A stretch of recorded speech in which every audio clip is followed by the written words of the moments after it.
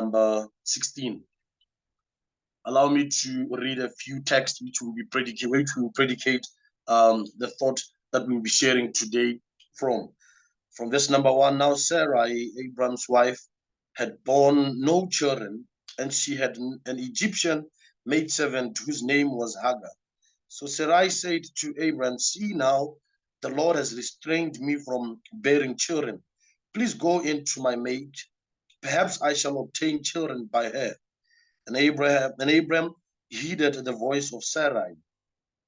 Then Sarai, Abraham's wife, took Hagar, her maid, the Egyptian, and gave her to her husband Abraham to be his wife. After Abraham had dwelt 10 years in the land of Canaan. So he went into Hagar, and she conceived. And when she saw that she had conceived, her mistress became despised in her eyes. Then Sarai said to Abraham, my wrong be upon you. I gave my maidservant to you in praise, and when she saw that she had conceived, I became despised in her eyes. The Lord judge between you and me. So Abraham said to Sarah, indeed your maid is in your hand. Do to her as you please. And when Sarai dealt harshly with her, she fled from her presence. The good Lord always adds a blessing to the reading of his word. Now today, beloved, this morning, I just want to pass through only just 4 points that I want to share with us.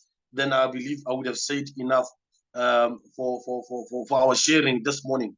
We still, if you remember, predicating the entire week on the theme that just simply says, Father, please. And today I just want to talk about a father who is present but are not available. All right, I just want to talk about a father whom we see but is not available to reach out to our daily needs and our fatherly love, to give us not only material things we need, but whom we do not get to have any affection with as a father to us. Now, the book of Genesis this morning introduces us to this family, which is the most popular family, if you may, from the book of Genesis. The fathers of faith, Abraham together with his wife. Now, if you understand or remember, just to give you a backdrop of where we come from here, we get to understand that Abraham, the son of Terah, right, had just also departed from his own way, from his own land. Just from chapter number 12, these are just 4 chapters later. Just from chapter number 12, we know of his calling, and we know of his experience, and we know he had also been a faithful man all the way from Mesopotamia, beating up all those idols that side. But he was still faithful unto God, that God gave him a greater honor, and just say to him, man, look, your descendants will be like the sands of the sea. And God had promised Abraham to bless him, to make him greater amongst all nations. God had promised Abraham to build up his name wherever he trod and wherever he went on. God made covenant with Abraham and promised him. In actual sense, the greatest covenant was on the basis that if at all God fails to reach out to fulfill his own covenant, then God will cease to be God, and Abraham would assume the responsibility. I'm just making it as simple as I possibly can. That's how God was willing to take a risk with Abraham, right? You're simply saying, no, man, if I do not keep my promise with you, this is what you should do to me. And if God is shredded like that, who then assumes the responsibility and the scepter of the world would be Abraham himself, because God was not faithful. So in chapter 16, when we reach here, the promises of God seemingly so have delayed. God promised, but still has not yet fulfilled as he promised. Abraham and Sarai sat down, the true couple, and they just simply said, look, man, our time is ticking. The clock, our biological clock has struck. We are already old. Perhaps this, my maidservant, will give you a child. Go into this maidservant of mine. Let her give you a child. Let her bear for you a child who will be who will get all these things we have accumulated as their own inheritance. The narrative is very beautiful to detail out that it was even Sarah who went out to pick the child, the maidservant herself, and gave the maidservant into the hands of Abraham to be as a wife. But it also includes the detail that as soon as she was pregnant, she now turned against her own boss. She turned against Sarah and started despising Sarah to a point whereby Sarah said, "No, man, I cannot deal with this anymore. Abraham, just take this girl and send her out. My wrong be upon you." They now have started having a bit of a skirmish. All right. So we are at the point where now Sarah is kicked out after the birth of Ishmael, because now things are no longer beautiful and good at home. But I'll just get to focus on that for a minute there. As soon as Ishmael is born, the story changes. Because if you know very well, I don't think the Bible included the detail of how long it took for Hagar to conceive. It does not include the whole process and then paint a picture for us in that regard, but it just simply allows us to put thought into it. All right. Obviously, maybe they have tried it for some time, and all this while Abraham has to affirm his affection towards Hagar as he wanted a son. So, in other words, maybe let me just start it from there. Because they slept with you does not necessarily mean that they love you. Because they got you to bed does not necessarily mean that there was any affection whatsoever. As soon as they get what they want, they are gone. So love cannot never be defined by what lies below our waist. We cannot predicate love and affection by sex. We cannot do that. And hence, also we look into this story. As soon as Abraham got what he wanted, all the pampering words that he used to say, all the words that he used to share with Hannah to get her pregnant, stopped and said, "Do with your maidservant as you wish to do with her. Go ahead and deal with her." Now Abraham has now no business with her, because now Abraham has a son in which he wanted. Issue number two that I want to just simply pass by if we have time on is that because God delayed does not necessarily mean that God has denied the blessing that he has ordained for us. All right. Because God seemingly took a bit of time does not necessarily mean that God has refused to give us what it is rightfully ours. In other words, my good friends, more often than not, when we look into the lives that we lead, we can see traces of Ishmael around us. For many blessings that we have are orchestrations of humanity, not the blessings of God. So many of the blessings that we see, supposedly, if I were to put my thought into it, they're an Ishmael type of blessing and not an Isaac which God intended. Many of the things that we have and we possess that continue to give us stress, it is primarily on the basis that we went our own way to assist God, to give him a helping hand, because he's taking forever. As if God does not do. Ladies and gentlemen, God is not caught by surprise. God is not caught by surprise, and circumstances of life do not all of a sudden overwhelm God and who he is. If God seemingly so comes in 4 days late after we have buried Lazarus, does not necessarily mean that God has failed on his own appointment. Because God took on a little bit of time, 16 years before they can have their own child, does not necessarily mean that God refused an Isaac to come away. Because God seemingly took off a little bit of time before Isaac can come your way, does not necessarily mean that you have a leeway to create an Ishmael. Because as soon as Ishmael steps into the picture, the whole narrative changes. All right. Now, look at Ishmael as he grows.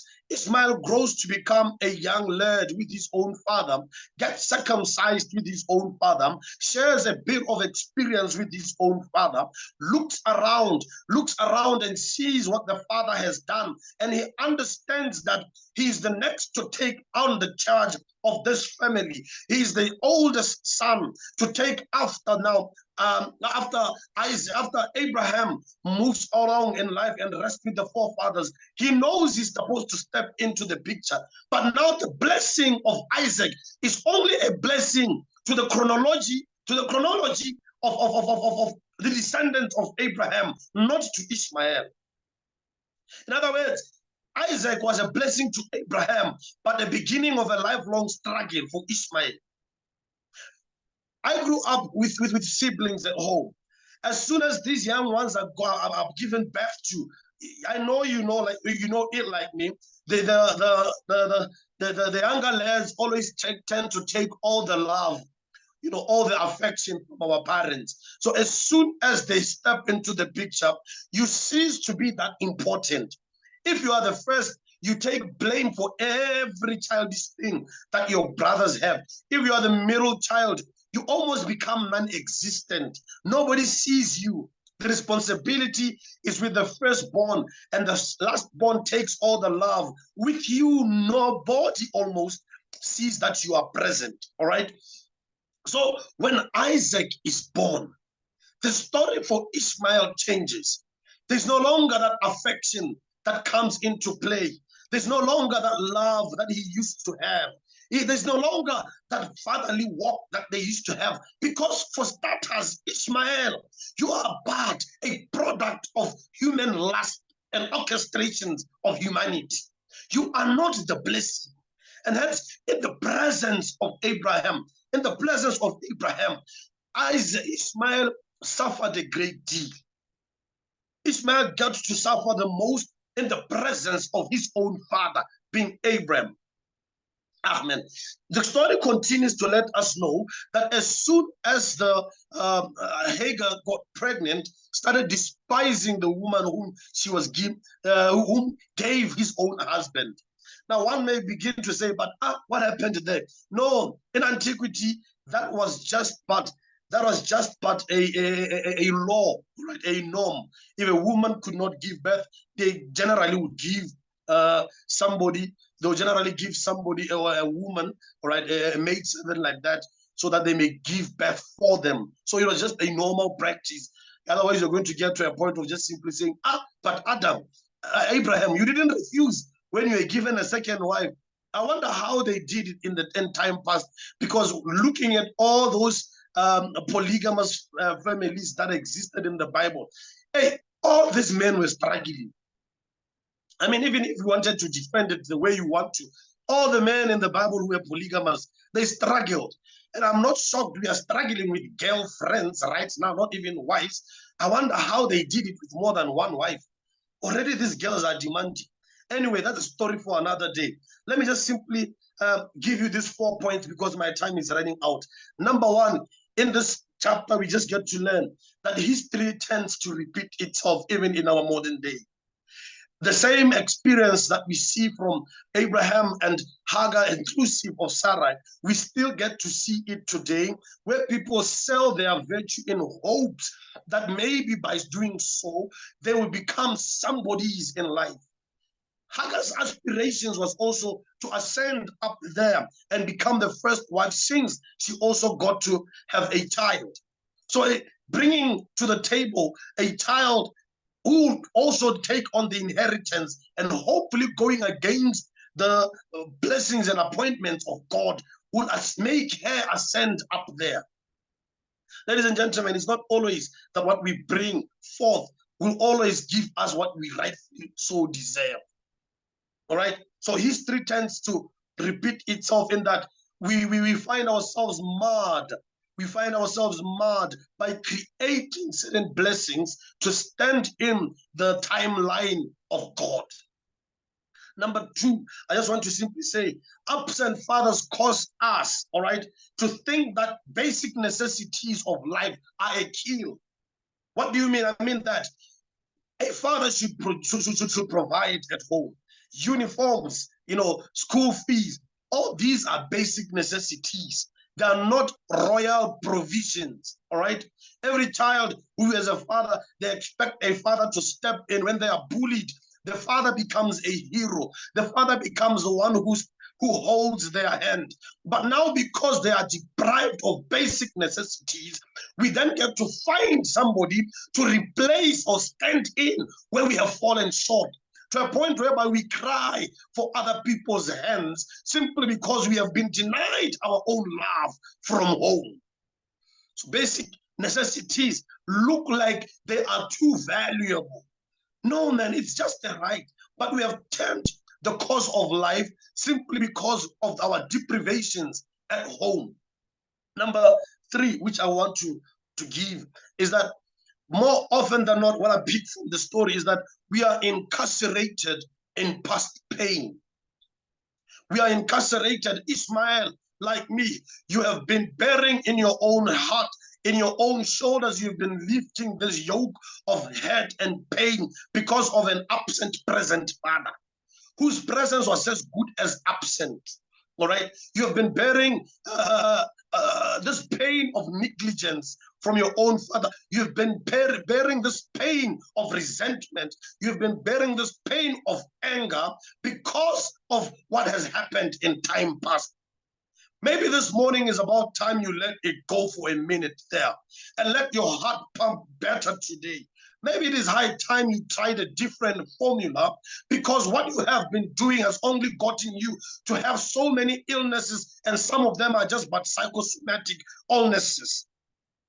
Maybe today it's high time you just simply chose and purposefully, deliberately so, set aside some of this hurt, because you cannot go anywhere of the pain that you're bearing in your own heart.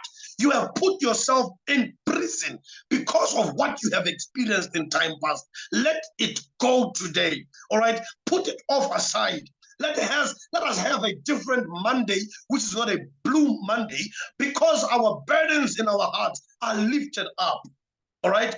Amen. I know.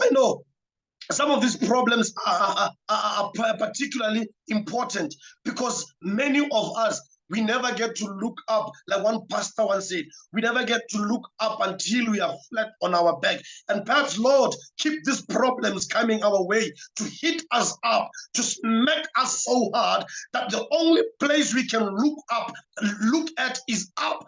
And the Bible in the book of Psalms says, I will lift up my eyes to the hills. From where cometh my help? My help cometh from the Lord which made heaven and earth. He will not suffer thy foot to be moved. The Lord which keepeth thee. Maybe these problems are a necessity in life to get us to look up where our help comes from.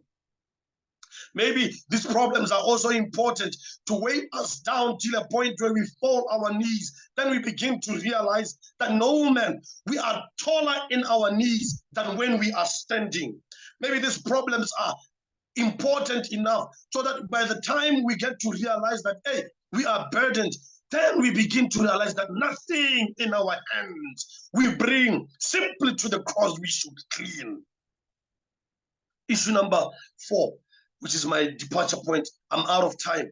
Issue number 4 that I want to share with us, beloved, is that economic principles of value is based on the principle of rarity. Hey, let me just close it up here. I'm done. All right. So economic principle of value is based on the principle of rarity, in the sense that because you are a rare product, Ishmael, you are more valuable because you're not gotten or taken from the surface. I just want to give this maybe as an admonition, and somebody, maybe, I don't know who needs to hear this, all right? I don't know who needs to hear this, this bit this morning, but every rare product is highly valued, is highly esteemed. Every rare commodity is highly valued, all right? We get diamonds. I have never seen, in my life, I have never seen a diamond, all right? I have never. I don't know the ones they put on rings, whether they are diamonds or glass, so I don't know. I only know because of differences in prices. But the ones they mine here in Botswana, we only get to see them in TV. We can't even afford to buy them. So I've never really got to see a diamond. That's how protected they are. Diamonds here are protected because they are valuable, all right? Diamonds are protected because they are that valuable.